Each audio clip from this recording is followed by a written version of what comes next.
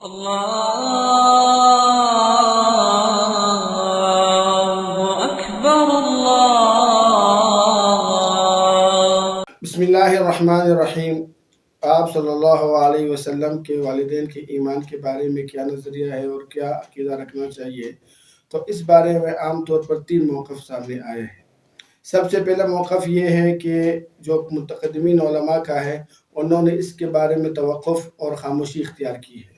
وہ کہتے ہیں چونکہ ہمارے پاس ایسی قطعی دلائل نہیں ہے جس کی وجہ سے ہم یہ فیصلہ کر سکیں کہ حضور صلی اللہ علیہ وسلم کے والدین مسلم تھے یا غیر مسلم، لہٰذا بہتری اسی میں ہے کہ خاموشی اختیار کی جائے، چونکہ یہ مسئلہ نہ عقائد سے ان کا تعلق ہے اور نہ ہی عملی زندگی سے اس کا تعلق ہے، لہٰذا خاموشی ہی بہتر ہے۔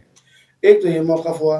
دوسرا موقف آپ صلی اللہ علیہ وسلم کے والدین کے بارے میں مسلم اور غیر مسلم کا ہے، جنہوں نے کہا ہے کہ آپ صلی اللہ علیہ وسلم کے والدین وہ مسلمان تھے، اور تو ان دونوں کا اگر موازنہ کیا جائے تو یہ جو کہہ رہے ہیں کہ حضور صلی اللہ علیہ وسلم کے والدین مسلمان تھے، ان کے دلائل زیادہ قوی ہے اور یہ بات حقیقت کے زیادہ قریب بھی ہے۔ تو سب سے پہلے جو انہوں نے کہا کہ آپ صلی اللہ علیہ وسلم کے والدین مسلمان ہیں، ان کی دلیل یہ ہے لَقَدْ جَاءَكُمْ رَسُولٌ مِّنْ أَنفُسِكُمْ۔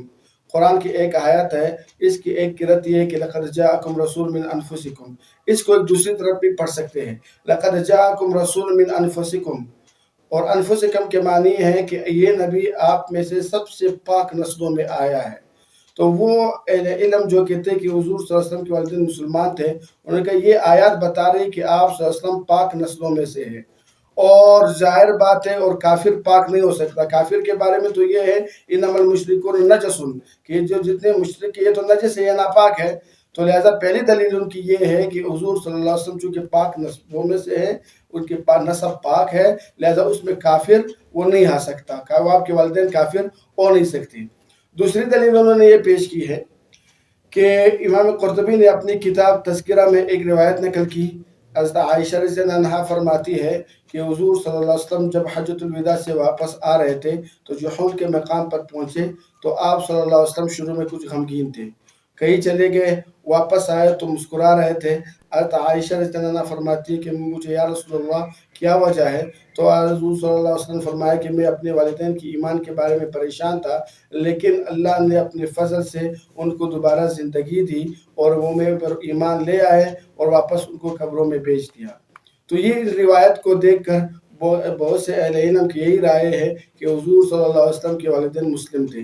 اور اسی طرح ایک اور کتاب ہے الاشباع والنظائر میں انہوں نے یہ لکھا ہے کہ جس شخص کا خاتمہ کفر پر ہو جائے اس پر لعنت کرنا جائز ہے بجز حضور صلی اللہ علیہ وسلم کے والدین پر، کیونکہ آپ صلی اللہ علیہ وسلم کے جو والدین ہیں ان کو بطور معجزہ زندہ کیا گیا اور پھر آپ وہاں پر ایمان لائے، اس کے بعد اپنے قبروں میں واپس چلے گئے۔ اور یہ جو روایت ہے کہ حضور صلی اللہ علیہ وسلم کے والدین کو زندہ کیا گیا اتنی کثیر ہے، تو اس کو اہل علم نے احسن کا درجہ دیا ہے کہ یہ حدیث جو ہے حسن کے درجے میں ہے، یعنی ایک صحیح حدیث ہے۔ یہ ان کے دلائل ہیں۔ اس کے علاوہ بہت سے اہل علم نے یہ دلیل بھی دی چونکہ حضور صلی اللہ علیہ وسلم کی نبوت سے پہلے لوگ ملت ابراہیمی کو فالو کرتے، اور آپ صلی اللہ علیہ وسلم کے والدین نے بھی اسی ملت کو، اسی دین کو اپنایا ہے، تو لہذا جو ملت ابراہیمی پہ تھے، جو دین ابراہیمی پر تھے، وہ مسلمان ہے، وہ کافر نہیں ہے۔ یہ تو ان لوگوں کے دلائل تھے جنہوں نے کہا کہ مسلم، اور یہی واقعی صحیح دلیل بھی یہی ہے اور یہ صحیح مذہب بھی ہے اگر ان دونوں کا کمپیریزن کیا جائے۔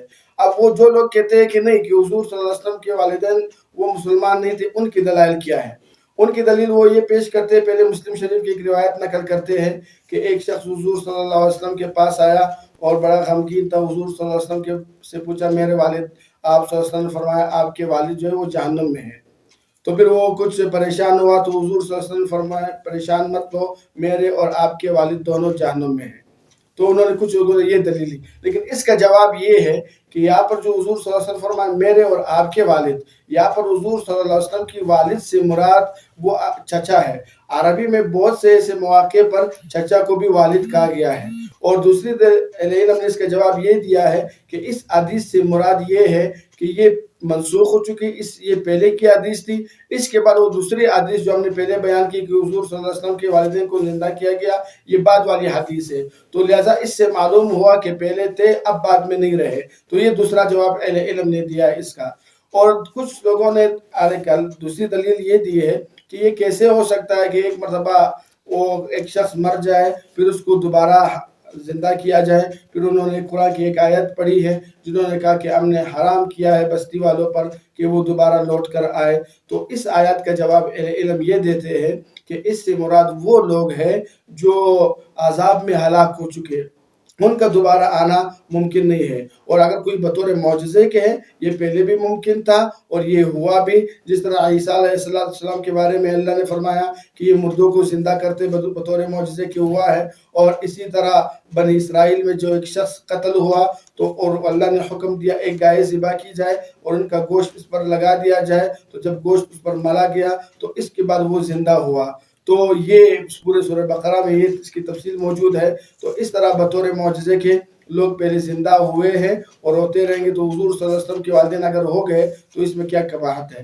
بہرحال تو اب خلاصہ یہ ہے کہ اس کے بعد حضور صلی اللہ علیہ وسلم کے والدین کے ایمان کے بارے میں 3 مذاہب ہے. پہلا مذہب یہ ہے کہ وہ خاموشی موقف ہے، اور دوسرا مذہب مسلم ہے یا مسلم نہیں ہے. اب زیادہ صحیح اور زیادہ دلائل کو دیکھتے ہوئے یہی ہے کہ آپ صلی اللہ علیہ وسلم کے والدین جو تھے وہ مسلم تھے.